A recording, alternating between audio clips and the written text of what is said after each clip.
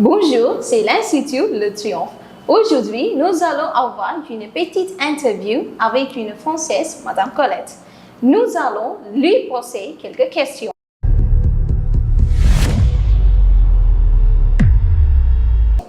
Bonjour Madame. Bonjour mademoiselle. Comment allez-vous? Très bien et vous-même? Oui, je vais bien.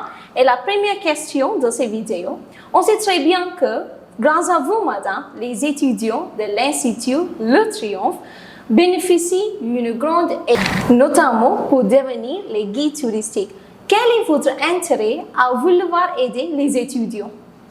Cela m'a fait très plaisir de les initier ou d'améliorer leur connaissance de la langue française au niveau du vocabulaire, au niveau aussi grammatical.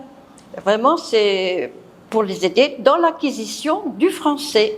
Ok. Et la deuxième question, est-ce que la Pondichéry vous plaît? Oh là là, énormément. Je dirais que Pondichéry, je compare Pondichéry à Nice en France, qui est une très belle ville en bord de mer, avec une grande promenade qui s'appelle la promenade des Français. Okay. Et ici, on a une très belle avenue qui est l'avenue Goubert, qui est très très agréable. Oui, j'aime beaucoup Pondichéry. Et la troisième question, la ville de Pondichéry vous plaît? Vous pouvez m'en donner des raisons? Je viens de vous le dire, j'aime beaucoup la ville, elle me plaît beaucoup. Les gens sont très sympathiques, ils sont serviables, prêts à aider. Vraiment, ça me convient. Est-ce que vous arrivez à parler notre langue? Alors, un petit peu, comme vous dites, konjo. Et deux phrases seulement pour nous sur la langue tamoule. En langue tamoule, qu'est-ce que je pourrais vous dire? Je cherche quand même. Alors, le tamoul est quand même... La langue tamoule est très difficile pour nous, Français. Je sais que la langue française est difficile également. Alors, qu'est-ce que je pourrais vous dire en tamoul? Tani Ireka. Okay. Qu'est-ce qu'il y a d'autre? Oh, j'ai d'autres phrases, mais qui ne me viennent pas à l'esprit. Qu'est-ce que je pourrais vous dire d'autre? Alors, Indian Samayel, Rombo Sandochin. Je ne sais pas si c'est correct. Quand je vais au marché, je demande toujours Iavolo. Ok. Alors là, il y a un échange avec le commerçant et je lui dis tout de suite, il me donne son prix et moi je dis, il est Rombo Adigam.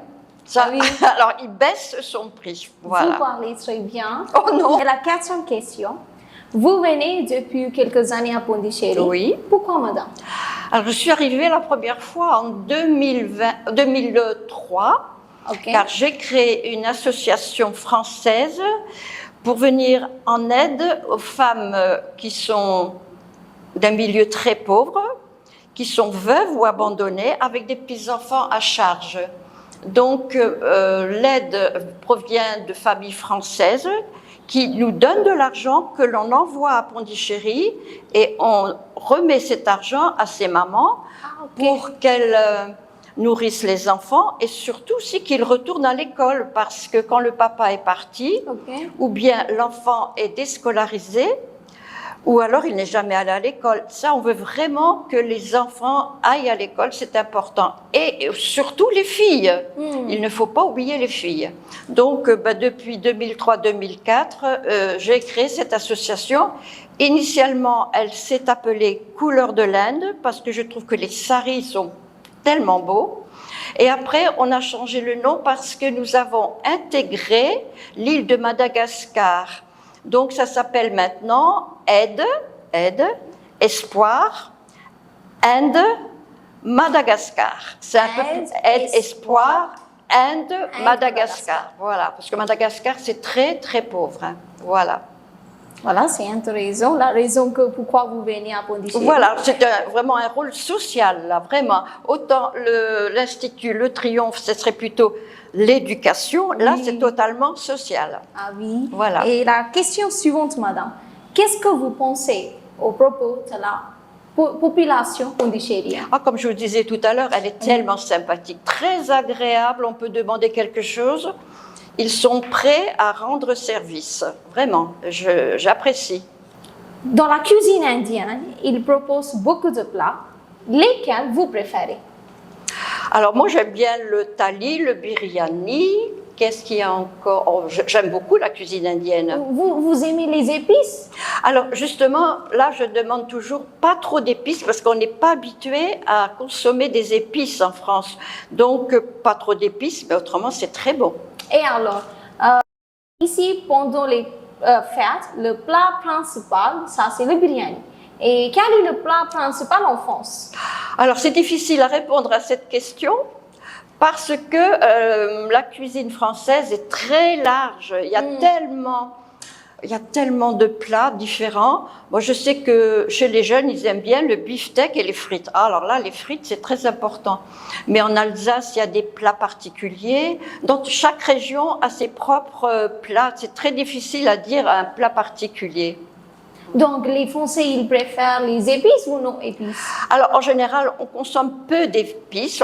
Évidemment, on met du sel et du poivre dans la cuisine, dans les plats, mais pas beaucoup d'épices. C'est dommage. Mais moi, je ne préfère pas beaucoup des épices. La 9e question. Pourquoi la ponctualité est importante?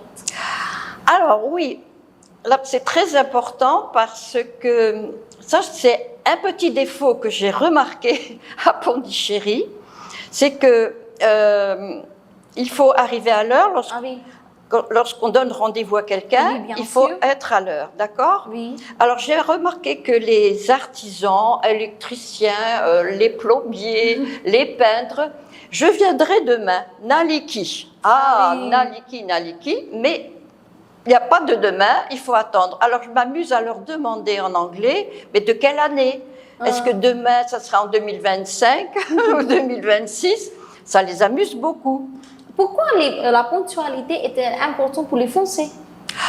Oui, parce que dans toute société, il faut respecter d'abord les autres. On vit dans une société, donc quand les élèves arrivent à un cours, ils doivent être ponctuels, sinon c'est le chahut. Et puis c'est un respect vis-à-vis des autres. C'est très important la ponctualité, très important. Et quel conseil vous suggérez aux étudiants au propos de la ponctualité? Justement, d'être toujours à l'heure. Et je leur ai appris récemment une expression, poser un lapin. Je ne sais pas si vous la connaissez. Poser un lapin, ça veut dire je viendrai demain à 17h, nous on est prêts, ou je suis prête, j'attends, 17h, et personne n'est là. C'est ce qu'on appelle poser un lapin. Ça, c'est un petit peu énervant quand même. Il faut respecter les autres, les gens. On attend pour rien. On perd du temps. Voilà. Oui. Et après, pourquoi la langue française est-elle importante pour venir en France? Alors, elle est importante en ce sens que je sais qu'au niveau du gouvernement français, ils veulent vraiment que les jeunes, les gens en général qui viennent en France maîtrisent plus ou moins, maîtrisent le français. Pas un français, il leur faut connaître un français basique. Parce que s'ils arrivent en France, qu'ils ne connaissent pas la langue, ils vont être perdus. Il y a des démarches à faire. Il faut parler un minimum de français. Ça, c'est important. Pourquoi, madame, vous aimez la langue française? C'est facile. On ne m'a pas demandé si je l'aimais ou pas. C'est ma langue. C'est la langue de ma maman. C'est la langue maternelle. Donc, automatiquement, la question ne se pose pas. C'est ma langue. Merci pour votre présence et d'avoir accepté notre échange, madame. Merci beaucoup. Écoutez, c'était un plaisir pour moi d'être avec vous et je vous remercie aussi de votre invitation. Merci, madame. Merci.